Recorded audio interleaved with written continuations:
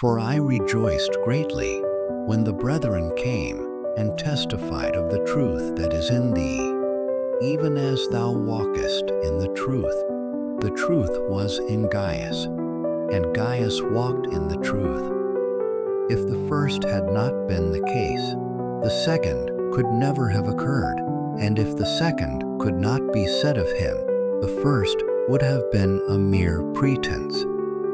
Truth must enter into the soul, penetrate and saturate it, or else it is of no value.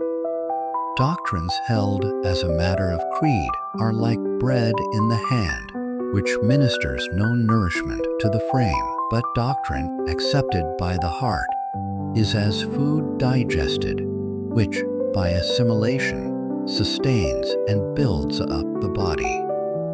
In us, truth must be a living force, an active energy, an indwelling reality, a part of the woof and warp of our being. If it be in us, we cannot henceforth part with it. A man may lose his garments or his limbs, but his inward parts are vital and cannot be torn away without absolute loss of life. A Christian can die, but he cannot deny the truth. Now it is a rule of nature that the inward affects the outward, as light shines from the center of the lantern through the glass.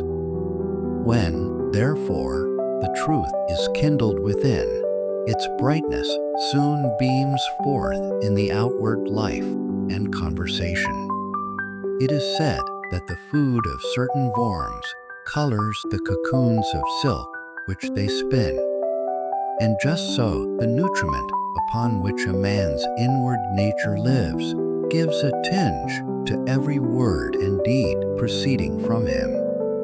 To walk in the truth imports a life of integrity, holiness, faithfulness, and simplicity, the natural product of those principles of truth which the gospel teaches and which the Spirit of God enables us to receive. We may judge of the secrets of the soul by their manifestation in the man's conversation. Be it ours today, O gracious Spirit, to be ruled and governed by thy divine authority, so that nothing false or sinful may reign in our hearts, lest it extend its malignant influence to our daily walk among men. Seeking the wealth of his people, Mordecai was a true patriot, and therefore, being exalted to the highest position under Ahasuerus, he used his eminence to promote the prosperity of Israel. In this he was a type of Jesus, who, upon his throne of glory, seeks not his own, but spends his power for his people. It were well if every Christian would be a Mordecai to the church, striving according to his ability for its prosperity. Some are placed in stations of affluence and influence. Let them honor their Lord in the high places of the earth and testify for Jesus before great men. Others have what is far better, namely, close fellowship with the King of Kings. Let them be sure to plead daily for the weak of the Lord's people, the doubting, the tempted, and the comfortless. It will redound to their honor if they make much intercession for those who are in darkness and dare not draw nigh unto the mercy seat. Instructed believers may serve their master greatly if they lay out their talents for the general good and impart their wealth of heavenly learning to others by teaching them the things of God. The very least in our Israel may at least seek the welfare of his people, and his desire, if he can give no more, shall be acceptable.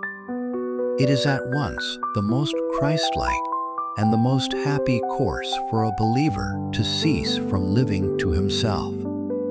He who blesses others cannot fail to be blessed himself.